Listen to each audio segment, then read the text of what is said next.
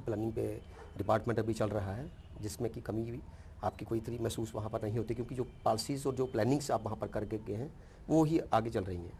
इस डिपार्टमेंट में आके आपको किस तरह से आपको लग रहा है, आप जैसे कि आपने हैंडिंग ओवर टेकिंग ओवर होती है, आपने किस पोजीशन में लगता है आपको कि आपको ये मिला है डिपार्टमेंट? देखिए, जहाँ तक आपने कहा कि हेल्थ और ये पब्लिक हेल्थ, ये दोनों जो डिपार्टमेंट हैं, मुझे लगता है कि ये ऐसे हैं जो इंसानी ज़िंदगी के साथ जुड़े हुए हैं। और खसूसन तौर पर अगर हेल्थ देखेंगे तो उसमें हमें जो लोग बीमार होते हैं उनको क्योर करना पड़ता है। लेकिन अगर हम पब्लिक हेल्थ इंजीनियरिंग को देखें तो मुझे लगता है कि हम 60% डिजीज़ जो हैं वो वाटर बॉर्न डिजीज़ हैं। 60% से ज़्यादा बीमारियां जो हैं वो पानी से हमें जो पीने का पानी है। तो मेरी जो प्रायोरिटी है, जिस तरह से आपने कहा कि आते ही मेरे लिए एक तो जो इरिगेशन का हमारा सिस्टम था, उसमें आपने देखा कि जब मैं 15 जनवरी को मुझे ये कार्यभार दिया गया तो इमीडिएटली उसके बाद हमारी डिसिल्टिंग होती है। और हमेशा लोगों की ये शिकायत रहती थी कि जनाब वक्त पे नहर पे पानी नहीं छोड़ा जाता, वक्त पे इसकी जो है सही तरीके से इसकी डिसिल्टिंग नहीं होती। तो मुझे खुशी है आज मीडिया के थ्रू भी, जो आप इलेक्ट्रॉनिक मीडिया के हैं, प्रिंट मीडिया के हैं, और सबसे बड़ा जो हमारा आज एक इंस्टीट्यूशन है पंचायती राज इंस्टीट्यूशन, तो मैंने जो पहली मीटिंग अपनी ये थी कि मैंने कहा कि मैं अपने डिपार्टमेंट को शहर से निकालकर, खासकर इरिगेशन डिपार्टमेंट को, वो गांव तक ले जाना चाहता हूं। तो मैंने पहली मीटिंग जो हमारी टेल एंड का एरिया आता था, जो तवी के उस पार, और हमारा रिच प्रोडक्टिविटी का एरिया है, RS पुरा का हो, विश्ना का हो, या सम पार्ट ऑफ विजयपुर के हों, तो मैंने वहाँ पे मरालिया में जो है वो पहली इंटरेक्शन अपने डिपार्टमेंट की सरपंचों और पंचों से करवाई। तो मुझे खुशी है कि इस बार 107 साल के बाद जो रणबीर कनाल है, प्रताप कनाल है, जहाँ रावी तबी है, रणबीर कनाल की मैं खासकर बात करूंगा कि वो 107 साल के बाद हमारा एक रिचुअल ये सेरेमनी बन गई थी कि हम लोहड़ी के दिन में उसको बंद करते थे और बैसाखी पे खोलते थे। तो इस बार हमने 25 दिन इन एडवांस इस नहर में 24 मार्च को हमने इसको खोल दिया था। हालांकि मैं 15 मार्च को ही तैयार था। तो आपने देखा होगा कि पहली बार उस किस्म की डिसिल्टिंग भी हुई है, और रियल सेंस में जिसको डिसिल्टिंग, और मेरा ये था कि मैं पानी जो है वो टेल एंड तक पहुंचाऊं। इसी तरह ड्रिंकिंग वाटर की बात थी, तो आपने देखा हमारे जितने भी एसेट थे, मुझे लगता है कि 30-30, 35-35 साल से कहीं वाइट वॉश भी नहीं हुआ था। और क्लीनिंग जो आती है, बाकी चीज़ें थी, तो मैंने आते ही उनको कहा कि हमारी सप्लाई और डिमांड को मीट करने के लिए सिस्टम को गेयर अप किया। और आज मुझे खुशी है, लेकिन एक मेरे लिए चैलेंज भी है, क्योंकि मौसम जो गर्मी का है वो ऑलमोस्ट शुरू हो गया है। और अगर बिजली ने मुझे तंग नहीं किया, मेरे विभाग को तंग नहीं किया, तो मैं जम्मू की जनता को ये अश्योर करता हूं कि मैं उनको पीने का पानी जो है वो रेगुलर बेसिस पे ज़रूर दूंगा, लेकिन बिजली अगर मुझे तंग नहीं करे तो सर इलेक्ट्रिसिटी का पानी के साथ बहुत गहरा संबंध है, क्योंकि बिजली के बगैर आप इसको फिल्ट्रेशन नहीं कर सकते हैं, हम इसको पंपिंग नहीं कर सकते हैं। तो ऐसे क्या कोऑर्डिनेशन नहीं हो सकती कि आपको जो बिजली मिलती है वो आम जो बिजली की अवेलेबिलिटी है उससे स्पेशल अवेलेबिलिटी आप करवाएं डिपार्टमेंट के साथ मिलके? वैसे भी जो हमारी बिजली हमें दी जाती है वो स्पेशल फीडर पे दी जाती है, लेकिन सब जगह पे स्पेशल फीडर नहीं है। और आपको पता है कि जम्मू का एरिया जो है बड़ा स्कैटर्ड एरिया है, और जहाँ पे 3-3, 4-4 स्टेजों से भी पानी देना पड़ता है। लेकिन जम्मू सिटी और टाउन में मुझे लगता है कि बिजली विभाग से मैं भी उनको बिनवर बेनती भी करूंगा, और मेरी तरफ से मैं पावर मिनिस्टर से, जनाब चीफ मिनिस्टर से भी गुजारिश करूंगा कि कम से कम हमें 18 घंटे बिजली वो दें, सो दैट कि हम लोगों को पीने का पानी जो है वो दें। जहाँ पे हमारे स्पेशल फीडर नहीं है वहाँ पे अगर हमें 15-16 घंटे भी पानी बिजली मिल जाएगी तो मुझे लगता है कि हम लोगों की जो डिमांड है उसको कैटर कर सकते हैं। सर, पानी एक ऐसी एलिक्जर है लाइफ का, जिसके बगैर कोई भी ज़िंदा नहीं रह सकता, लेकिन कई ऐसे एरियाज़ हैं जहाँ पर पानी की बहुत कमी है। उन एरियाज़ को लोगों की जो डिमांड को कैटर करने के लिए क्या कोई आपके पास पॉलिसी है ऐसी? देखिए, यहाँ पर पानी की अवेलेबिलिटी नहीं है, दूर से लाना है और उसको ये दुरुस्त बात है। मैंने अपनी स्पीच में भी इस चीज़ को माना था, जो आज भी कंडी बेल्ट है, कुछ 30% एरिया जो हमारा है आज भी उनको सेफ ड्रिंकिंग वाटर नहीं मिल रहा है। तो मुझे लगता है कि अगर हमारे 14,000 हैबिटेशन है तो अभी तक हमने 11,000 हैबिटेशन को ही जो है वो ड्रिंकिंग वाटर प्रोवाइड किया है, और इसके लिए गवर्नमेंट ऑफ इंडिया बड़ी लिबरल फंडिंग हमें देती है। और इस साल का प्लान भी अभी जो है, पिछले कल मेरे ऑफिसर्स वहाँ पे गए हुए थे और गवर्नमेंट ऑफ इंडिया का बहुत अच्छा रिस्पांस था। मेरे कमिश्नर सेक्रेटरी दोनों PHE के चीफ इंजीनियर जम्मू और कश्मीर के दोनों प्रोविंस के गए हुए थे, और बाकी उनके साथ डाउन दी लाइन जो टीम थी वो गए हुए थे। तो मुझे लगता है कि गवर्नमेंट ऑफ इंडिया की तरफ से बहुत लिबरल फंडिंग आ रही है, सिर्फ उसका जुडिशियस यूज़ होना चाहिए। और वो मैं इंश्योर करूँगा कि जो हमारी स्कीमें हमने टेकअप की हुई हैं और वो कंप्लीट कोई किसी स्कीम के बारे में आप बताएंगे, कौन सी स्कीम? देखिए, सबसे बड़ी जो सेंट्रली स्पॉन्सर है, और नहीं, सारी सेंट्रली, जहाँ पे अगर आप देखेंगे, मैं आपके माध्यम से जम्मू कश्मीर की जनता को ये बताना चाहता हूँ कि ड्रिंकिंग वाटर की जितनी भी स्कीमें आती हैं और इरिगेशन में AIBP से आती हैं, वो भी गवर्नमेंट ऑफ इंडिया के तरफ से आती हैं।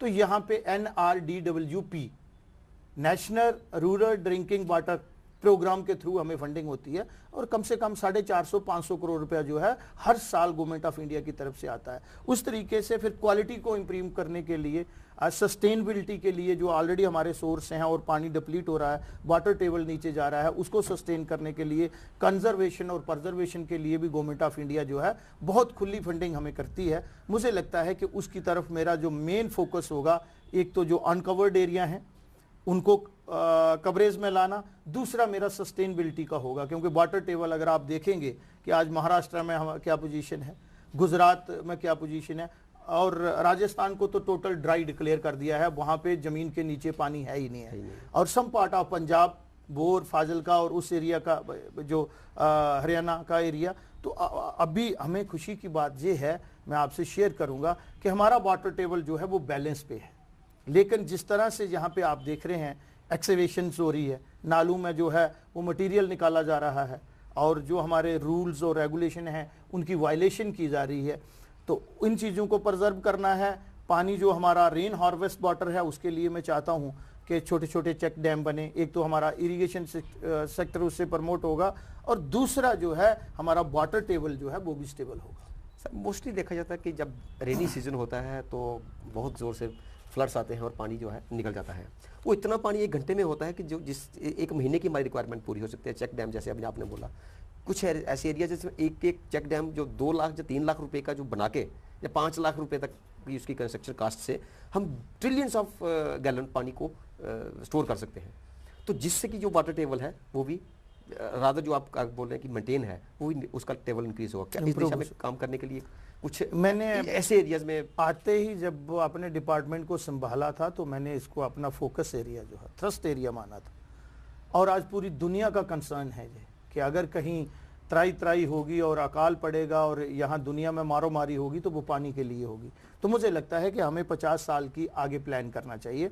तो मैं रेगुलेटरी एक्ट, जो वाटर रेगुलेटरी एक्ट है वो तो आ गया है, उसको इन्फोर्स करने की जरूरत है, सो दैट कि जो रेन हार्वेस्ट वाटर, आप समझते हैं कि वाटर रेगुलेटरी एक्ट जिसमें पब्लिक इन्वॉल्वमेंट की है सबकी, और उसमें तो वो जो 1987 में लॉन्च स्टार्ट हुआ था, क्या वो सही तरीके से? नहीं, ये अभी बनाया, जो मेरे प्रेडिसेसर थे उन्होंने बनाया 2010 में जे वाटर रेगुलेटरी एक्ट जो है। अच्छा। जिसमें हमारी अथॉरिटी पूरी आ गई है। रिटायर्ड चीफ सेक्रेटरी जो है हमारे कपूर साहब उसको हेड कर रहे हैं, और नीचे उनके 3 मेंबर हैं। उनका जो मैंडेट है वो यही है।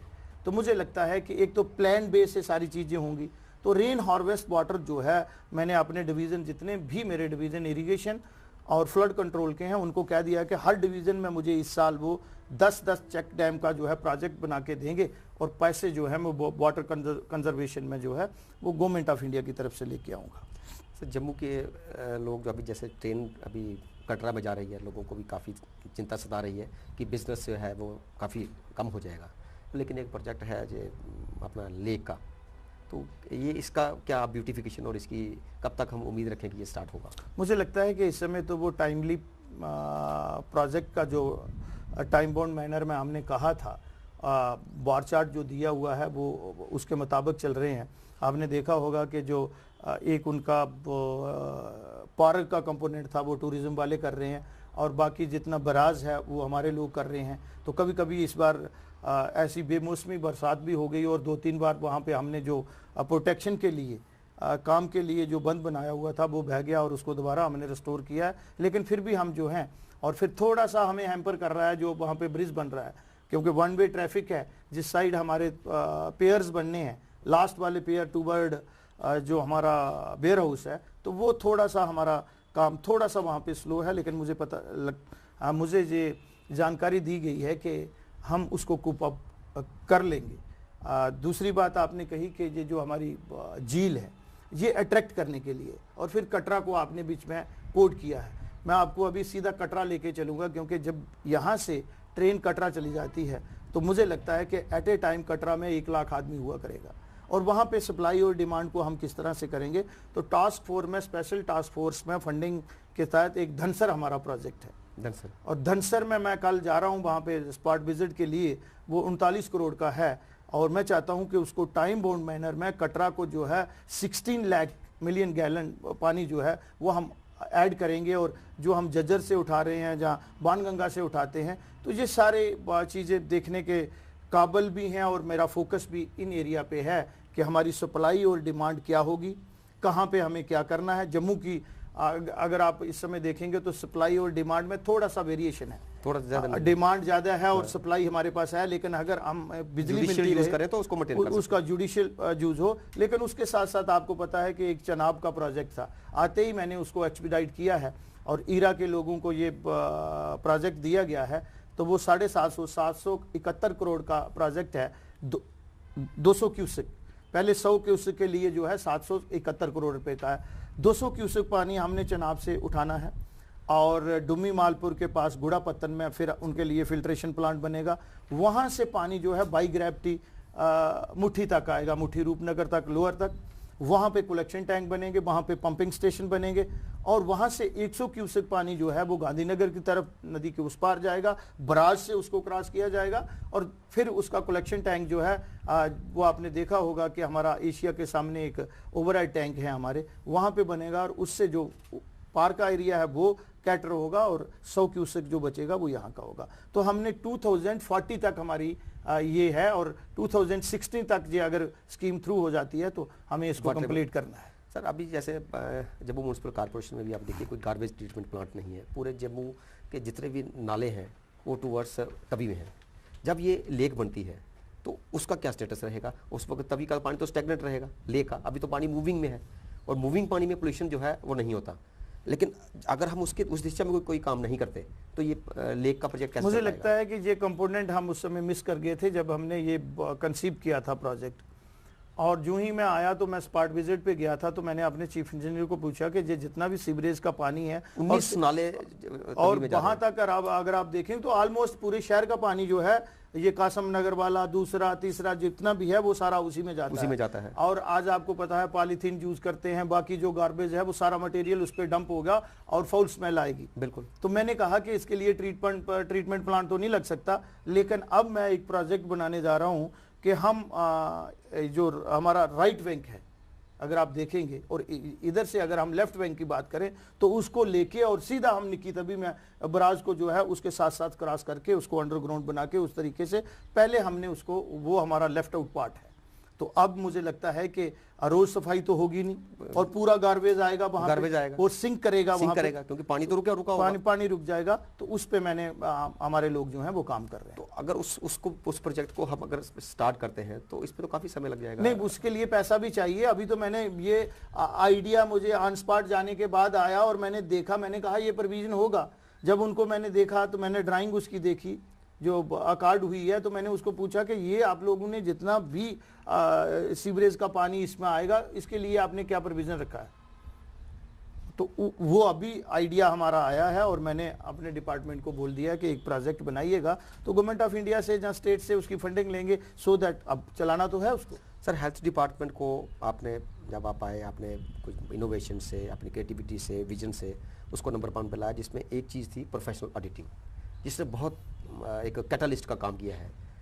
क्या यहाँ भी आप उस चीज़ को प्रमोट करने की सोच रहे हैं कि? नहीं, मैंने शुरू कर दिया है 18 और 20 को। जो आप देखते थे, मैं मंथली रिव्यू मीटिंग लेता था, और सोशल ऑडिटिंग जिसको आप कहते हैं, इंटरनल ऑडिट भी आप उसको कह सकते हैं। तो वो मैंने शुरू कर दी है। और मुझे खुशी है कि हेल्थ में अगर आप कहेंगे तो 3472 इंस्टीट्यूशन था। तो यहाँ इतना बड़ा डिपार्टमेंट तो है, लोगों की एक्सपेक्टेशन भी है, डिपार्टमेंट बहुत बड़ा है, लेकिन इस्टेब्लिशमेंट इतनी बड़ी नहीं है। 18 PHE के जो हैं वो यहाँ पे डिवीज़न, 22 कश्मीर में है, इसी तरह से इरिगेशन के हैं, फ्लड कंट्रोल के हैं। तो मुझे लगता है कि इनकी तो ऑडिटिंग बहुत आसान है और मैंने कंट्रोल रूम भी बना दिए हैं। और कल मैंने चेक किया है और थोड़े से लोगों को डोज भी दी है डायरेक्ट, मैंने एज ए क्लाइंट बन के कि मेरी ये कंप्लेन है, नोट करो किस तरह का रिस्पांस आता है। तो मैंने यहाँ पे तमाम डिवीज़न पे जो हैं 24/7 जो है वो अपने कंट्रोल रूम बना दिए हैं। मैं आपको भी गुजारिश करूंगा कि उनके नंबर जो है मीडिया के थ्रू और बाकी चीज़ों में मैंने पब्लिश किए हैं, आप उनको ट्राई करिएगा और उनको अकाउंटेबल और आंसरेबल बनाइएगा। तो सोशल ऑडिटिंग तो जो है वो मेरा मुझे लगता है कि पैशन भी है। और उसी से आपने देखा बहुत से अभी भी जयराम रमेश आए हुए थे, तो उन्होंने हमें अगर कोसा है, अगर क्रिटिसाइज किया तो उन्होंने कहा कि आपकी ना इंटरनल ऑडिट होता है। इसी तरह से इस विभाग का भी अगर आप देखेंगे तो इंटरनल ऑडिट भी नहीं हुआ है। अब मैंने 10 साल का, पिछले 10 साल का 2002 से लेके ऑनवर्ड जो है वो फाइनेंस ऑडिट जो है वो कर दिया है, क्योंकि कम से कम पता तो लगे क्या हुआ है क्या नहीं हुआ है। ये पब्लिक मनी है, जुडिशियस यूज हुआ है, जहां कहीं पे मिस अप्रोप्रिएशन हुई है, सो दैट कि ऐसे लोगों की रिस्पांसिबिलिटी तो फिक्स करें और फर्दर यस आगे इम्प्रूवमेंट हो, उनको पता लगे कि अकाउंटेबिलिटी तो होनी चाहिए ना। अच्छा सर, ये डेली वेजेस का भी इशू था जो कह रहे थे कि वैसे आप लगे हुए हैं, उनको भी आप निकालिए, और आपने एक बार स्टेटमेंट भी दी थी कि 45,000 लोगों की अभी ज़रूरत भी है और नए। तो इस दोनों को किस तरह से आप देखते हैं? क्या उनको रेगुलराइज कर हमें करना चाहिए कि नहीं? ये रिक्रूटमेंट मुझे लगता है ये एरिया एक एड्रेस करने के बगैर रह गया है। टाइम टू टाइम इस पर नज़रसानी होनी चाहिए थी, कितनी स्कीमें हमारी नहीं बनी हैं, हमारी रिक्वायरमेंट क्या है, हमारे पैरामीटर नॉर्म्स क्या बोलते हैं कि एक स्कीम जो है उसका कैटरिंग एरिया कितना है, लाइनमैन कितने चाहिए, पंप मैन कितने चाहिए, मोटरमैन कितने चाहिए, प्लम्बर कितने चाहिए। तो मुझे लगता है कि उसमें डिपार्टमेंट ने पिछले 25-30 साल से कोई काम नहीं किया और जो आता गया उसको लगाते गए। आज तक वो उनकी फेट ही कोई नहीं है। उनकी फेट क्या डिसाइड करेंगे? कल किसी के साथ कोई मिस हैपन हो जाता था, होता भी है बड़ी बार, वो still they are the CP worker और साल में कहीं 2 बार उनको कुछ पैसा मिल जाता है। तो मैंने इस पे एक कॉम्प्रहेंसिव व्यू लिया है और अपने डिपार्टमेंट को एक शेड्यूल दिया है, एक फॉर्मेट दिया है, उसमें वो लिखेंगे ये कब अपॉइंट हुए, अपॉइंटिंग अथॉरिटी कौन थी, और उनका फोटो भी लगेगा और किस स्कीम पे कितना काम कर रहे हैं। अभी जो आप कह रहे हैं कि एक on the floor of the house finance minister साहब ने ये कहा कि जितने भी लोग लगे हुए हैं ये लीगल हैं तो हम इनको निकाल देंगे, लेकिन पिछले ही दिनों जो हमारी कैबिनेट मीटिंग हुई थी मैंने ये इशू रेज किया और तमाम मेरे कैबिनेट कोलीग जितने भी हैं उन्होंने सपोर्ट किया और फिर चीफ मिनिस्टर साहब ने इसमें बहुत सीरियसनेस दिखाई। उन्होंने कहा ये बात नहीं बनती है, तो उन्होंने 4 डिपार्टमेंट जो हैं इसमें से एग्जम्प्ट कर दिए कि वो नीड बेसिस पे लगा। अब नीड बेसिस को हमने डेली रेटेड कैसे करना है, बाकी क्या उनको करना है, तो वो उस तरीके से उनकी रिक्रूटमेंट प्रोसेस में किस तरह से डालना है सो दैट कि वो इंश्योर हो जाएं कि जहां हम काम कर रहे हैं और अपने आप को फील नहीं करें। अच्छा सर, यहाँ पर कोई ऐसे सॉलिड आपने कोई ट्रांसफ़र पॉलिसी के बारे में सोचा है? क्योंकि कुछ लोग हैं बट सिटी में ही हैं, बड़ी बड़ी अच्छी जगह पर बैठे हुए हैं, और कुछ लोग हैं जो कहीं बाहर हैं और यहाँ पर आने का उनको मौका नहीं मिलता। कोई इस ऐसी स्ट्रीमलाइन ट्रांसफ़र पॉलिसी हो जिससे कि अर्बन से रूरल से अर्बन, घर का कंसिडरेशन ऑफ हाउस की घर कहाँ है, उस तरह से कोई ऐसी आपने देखा मैंने हेल्थ में भी एक पॉलिसी फ्रेम की, बिल्कुल की थी। और अगर और इसमें भी आपने एक बड़ा अच्छा काम किया है कि बाहर से जो लोग थे दूर से उनको अपने यही बात है कि कुछ लोग जो हैं बिल्कुल मेंटली सिक हो जाते हैं, सीधी बात है, वो बीमारी के शिकार हो जाते हैं जब वो देखते हैं कि एक लड़का आज पॉइंट हो रहा है तो वो बिल्कुल घर के पास लग रहा है, जो 20 साल से, और फिर वो ल्यूक्रेटिव पोस्टें भी ढूंढते हैं और वो लोग आज भी पहाड़ियों पे दरबदरी कर रहे हैं। तो मेरा यहाँ भी है, वो तो बहुत बड़ा डिपार्टमेंट था, यहाँ छोटा सा है और यहाँ लोग बाहर जाते भी हैं। वो डॉक्टर तो यहाँ टीचर बाहर जाने से नहीं है, ये लोग बाहर जाके भी नौकरी करते हैं। तो मैंने भी जो है जैसे मैंने वहाँ पे 4 कैटेगरी बनाई थी, आउटर सर्कल था, फिर उससे मीडियम सर्कल था, फिर इनर सर्कल था। तो वो पहले जो है 10 साल के उसी तरीके से, और आदमी जवान भी होता है, तो उसी तरीके से मैं यहाँ पे भी आप देखेंगे जब ट्रांसफ़र मेरी होंगी तो मैंने वही रखा है कंसिडरेशन, हेल्थ कंसिडरेशन, वो रखना पड़ेगा, क्योंकि हमारी ह्यूमन अप्रोच होनी चाहिए। क्योंकि अगर रिटायरमेंट के 2-4 साल at the verge of the नहीं 10 साल तक तो उनको बाहर रखें, उसके बाद उनको पास लाते जाएं, और at the verge of the retirement 2-4 साल वो जो है अपने घर के पास जो है वो नौकरी करें। और सर प्रोक्योरमेंट पॉलिसी के बारे में कुछ आप बताएंगे? प्रोक्योरमेंट का सिस्टम मैंने जो है इन प्लेस कर दिया है, और इस समय तो नहीं है, मैं आपको इन्फॉर्मेशन प्रोवाइड कर दूंगा, मंडे को आपको मिल जाएगा मेरा सेटअप। पहले तो मैंने जो प्रोक्योरमेंट हमारी सेंट्रल रेट कॉन्ट्रैक्ट कमेटी है वो रेट अप्रूव करेगी, फिर प्रोक्योरमेंट का सिस्टम होगा। यहाँ वेरिफिकेशन नहीं होती थी, जो सबसे बड़ा एक हम कहीं पे एक मुझे लगता है कि कोई चीज़ लेफ्ट आउट थी, वो वेरिफिकेशन बोर्ड। वेरिफिकेशन में जो है वो एक गवर्नमेंट ऑफ इंडिया की एजेंसी है, वो इन्होंने वो वेरिफिकेशन करती है, लेकिन वो स्टोर में वेरिफिकेशन नहीं करती थी, वो वहां जाके कंपनी में ही वेरिफिकेशन करती है। जब वो लाट बन रहा है तो क्या पता अगर विशाखापट्टनम से वो लाट आया तो वही लाट है, उसकी गेज क्या है, उसकी स्ट्रेंथ क्या है, और फिर क्वालिटी जो है वो एक्सचेंज बोलता था कि मुझे अपनी स्कीम पे कौन सी। नो, अब मैंने प्रोक्योरमेंट का सिस्टम ये किया है कि 1 साल में हम टारगेट स्कीम लेंगे, टारगेट स्कीम का उनको सबको जो है कंपाइल किया जाएगा, कंपाइल करके उसमें क्वांटिटी बनाई जाएगी कि हम मुझे 8 इंच की पाइप कितनी चाहिए, 4 इंच की कितनी चाहिए, 6 इंच की, तो एक बार ही जो जितनी क्वांटिटी हमें चाहिए वो कंपाइल हो जाएगी। और रेट कॉन्ट्रैक्ट कमेटी जो है वो फाइनल करेगी कि किस कंपनी की हमने पाइप जो है जीआई पाइप खरीदनी है, दूसरी पाइप खरीदनी है, कौन सी पाइप खरीदनी है। उसके बाद ऑर्डर उसका जो है वो प्रोक्योरमेंट ऑफिसर जो है वो देगा एज पर जो उसको रूरर से उसकी डिमांड जो आई हुई है वो देगा। उसके बाद वेरिफिकेशन बोर्ड जो है वो यहाँ का होगा, यहाँ एक एससी जो है उसको हेड करेगा मैकेनिकल का, फिर उसके साथ 2 एग्जीक्यूटिव इंजीनियर होंगे, फिर उसके साथ एक एडब्ल्यू होगा, फिर उसके साथ एक आदमी वही जो सेंट्रल एजेंसी स्टेट लेवल की होगी कि ये दोनों डिवीजन की अलग अलग, क्योंकि हमारा आपको पता है एफओआर का सिस्टम होता है, स्टेट लेवल की नहीं हो सकती, स्टेट लेवल की नहीं हो सकती, वहां का वहां, यहाँ का यहाँ। फिर उसमें एक एक्सपर्ट होगा सीकॉप से, इंडस्ट्री से। अब मुझे और आपको तो नहीं पता है ये मटेरियल कौन सा है, और ज्यादा इसमें लोहे का काम है, तो वो सीकॉप से एक एक्सपर्ट उसमें होगा। अगर हमें कहीं डाउट क्रिएट होता है कि इसका गेज कम है, ये क्वालिटी अच्छी नहीं है, तो फिर उससे एज ए एक्सपर्ट ओपिनियन लिया जाएगा। और जो लोग फैक्ट्री में जाके वो गवर्नमेंट ऑफ इंडिया के जो सर्टिफिकेट देते हैं कि ये क्वालिटी है, वो भी यहाँ पे आके स्टोर में वेरीफाई करेंगे माल को, सो दैट के जो रोज शोर उठता है ये नहीं हुआ वो नहीं हुआ, तो वो एक ट्रांसपेरेंट हो जाए। सर कनाल्स की डीसिल्टिंग भी हुई है, सभी हुई है, इनके जो डिस्ट्रीब्यूटर्स भी हैं उनकी भी हुई है, लेकिन सर मैं मोस्टली देखा कि यहाँ की सीपेज की बहुत प्रॉब्लम, जिससे पानी काफ़ी वेस्ट हो जाता है। उस सिलसिले में कुछ ऐसी पॉलिसी है कि सीपेज को कंट्रोल? देखिए बड़ी नहरें तो सीपेज नहीं है उनमें, जो आप कह रहे हैं डिस्ट्रीब्यूटरी और जिनको मोगा कहा जाता है, जो किसानों की कूल कहा जाता है, उसमें अभी कमांड एरिया के लिए अच्छे पैसे आ रहे हैं। और मुझे लगता है कि गवर्नमेंट ऑफ इंडिया ने भी कहा है, और मैंने भी अपने मंत्री जो एग्रीकल्चर के मिनिस्टर हैं हमारे मीर साहब, उनकी अप्रोच भी बहुत अच्छी है, बड़ी कंस्ट्रक्टिव माइंडेड हैं वो। तो मैंने उनको कहा है कि हम एक जॉइंटली क्लोज कोऑर्डिनेशन से काम करें। तो मुझे लगता है वो बात आप ठीक कह रहे हैं कि 30 से 35% पानी जो हमारा है वो सीपेज और इस तरह से ज़ाया हो जाता है। और उसके बाद मेरा ये है कि एग्रीकल्चर डिपार्टमेंट, हार्टिकल्चर डिपार्टमेंट और यहाँ के फार्मर जो हैं वो ड्रिप इरिगेशन की तरफ जाएं।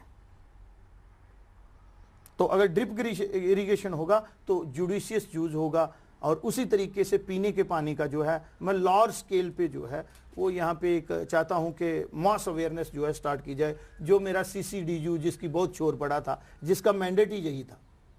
अच्छा सर, पानी की एक ऐसी समस्या है जिससे पूरा वर्ल्ड में कहते हैं कि 4th वर्ल्ड वार अगर हुआ तो शायद पानी पे होगा। तो सर इसमें क्या होटल इंडस्ट्री में अगर 1 लाख लीटर पानी डेली यूज़ होता है, जिसमें 90 लाख लीटर पानी जो है वो वेस्ट ड्रिंकिंग वाटर यूज़ होता है, जो कि ड्रिंकिंग वाटर वहाँ पर रिक्वायर्ड नहीं होता, जैसे फ्लशिंग के लिए, क्लीनिंग के लिए, प्लांटेशन के लिए, गार्डनिंग के लिए, किचन गार्डनिंग के लिए। क्या इस सिलसिले में कोई ऐसी लॉन्ग टर्म पॉलिसी है कटरा टाउन के लिए, ताकि वो पानी जो है जो फ्लड से पानी को चेक डैम से लाके उस पानी को दिया जाए और ड्रिंकिंग वाटर को उससे सेग्रीगेट किया जाए? अभी तो मुझे लगता है कि जो हमारे पास रेन हार्वेस्ट वाटर है, जो बड़े बड़े प्रोजेक्ट हैं, उनमें ये प्रोविज़न ही नहीं है। और रिसाइकलिंग होता है, रीयूज भी होता है इसी पानी का। अगर आप देखेंगे बिल्कुल होता है। आज हम शीतली का पानी पी रहे हैं तो वो तो उसी ट्रीटमेंट प्लांट में ट्रीट होता है। तो मुझे लगता है कि ये बड़े होटल, आज मैंने ये कहा है अपनी रेगुलेटरी अथॉरिटी जो है उनका यही मैंडेट है कि जितने भी ये कंपलसरी कर दिया जाए, राइडर लगा दिया जाए कि अब देखिए हमारा सेक्रेट है, अगर इसके छत पे रेन हार्वेस्ट वाटर को ही ठोकें और अंदर जो है जितना भी पानी है, आपने दिल्ली में देखा कि जो आप गार्डनिंग के लिए पानी और है, लेकिन जम्मू कश्मीर में अभी भी गार्डनिंग को भी पानी ड्रिंकिंग वाटर जाता है। तो मुझे लगता है कि ये आपने जो कहा इसको सेग्रीगेट करने की ज़रूरत है। तो इस दिशा काम तो बहुत करने की गुंजाइश है। तो मुझे लगता है कि टाइम अभी थोड़ा है, मेरे पास तो 1.5 साल ही है, लेकिन कोशिश करूंगा कि एक रोड मैप डिपार्टमेंट को दे जाऊं और ये जो फोकस एरिया हैं, थ्रस्ट एरिया हैं, इनको स्पॉट कर लें, इनको आइडेंटिफाई करके और फिर एक डिपार्टमेंट के पास रोड मैप हो तो उसी तरीके से उस पर चलें। ऐसे ही कहा जाता है कि don't trust the individual, trust the system, create the system, because system last for longer period of time. तो आपने जैसे हेल्थ में भी एक सिस्टम दिया है, अब उस सिस्टम से काम चल रहा है। और ऐसे ही इस यहाँ भी अगर आप ऐसे सिस्टम, जैसे आप बोलते हैं आपके पास 1.5 साल का समय है, लेकिन अगर यहाँ भी एक सिस्टम चॉकआउट होकर स्ट्रेटजी कोई ऐसी बनती है तो वो आगे कंटिन्यू रहेगी। फाइनली सर लास्ट में सर एक कोई मैसेज जो लोगों को आप क्या देना चाहेंगे? अभी गर्मी का सीजन है और पानी की लोगों को काफ़ी, मेरी लोगों से यही, जम्मू कश्मीर के वासियों से और खसूसन तौर पर के जम्मू के वासियों के और कंडी जो मेरे लोग हैं, एक बात बीच में रह गई थी, उसके बाद मैं मैसेज आपको दूंगा कि जो ट्रेडिशनल सोर्सेज हैं हमारे, मैं तालाबों के लिए भी पैसा गवर्नमेंट ऑफ इंडिया से ला रहा हूँ। पीएचई जो है वो इस तालाब भी बनाएगी जो हमारे ट्रेडिशनल सोर्सेज। तालाबों का पानी कम होने का रीजन आप क्या बोलते? उनका कैचमेंट एरिया कम हो गया है। बिल्कुल बिल्कुल। तो मेरा ये है कि पहले सारा पानी जो है मोहल्ले का वहाँ जाता था, अब मैं उसी को कर रहा हूँ। बोली और तालाब को जो है वो मैं रिवाइव करूंगा और गवर्नमेंट ऑफ इंडिया की तरफ से उसके लिए फंडिंग आएगी। अब मैसेज की बात मेरे लिए यही है, आपने लोगों को, जम्मू कश्मीर के वासियों को और खसूसन तौर पर जम्मू के वासियों को, क्योंकि ये कंडी एरिया है, उनको ये गुजारिश करूंगा कि जुडिशियस यूज होना चाहिए पीने के पानी का। अगर उनके आसपास कहीं तालाब है तो हम जानवरों को भी वही पानी पिलाते हैं, वही पहना, कपड़े भी उसी से धोते हैं। ये बात ठीक है कि हमने वो फैसिलिटी नहीं क्रिएट की है, लेकिन मेरी उनसे यही गुजारिश होगी कि सेफ वाटर के लिए वो पानी को सेव करें। मेरा स्लोगन भी होगा और बहुत जल्द मैं जितना भी यहाँ का इंटेलिजेंसिया है, बुद्धिजीवी है, उनके साथ एक जम्मू में और एक कश्मीर में वर्कशॉप करने जा रहा हूँ और इसको मैं बड़े लार्ज स्केल पे एक मास अवेयरनेस जो है कि पानी को सेव करें, सेव वाटर के लिए सेव वाटर, ये मेरा स्लोगन होगा। तो मेरी लोगों से यही गुजारिश होगी, जहाँ से नहर गुजर रही है उसमें गंदगी ना डालें और जहाँ हमारी पाइप गुजर रही है उसको कहीं पंक्चर ना करें और पानी का सही इस्तेमाल करें। मुझे लगता है कि इससे बड़ा पुण्य और इबादत नहीं होगी अगर हम जल को बचा के रखते हैं तो। Thank you sir.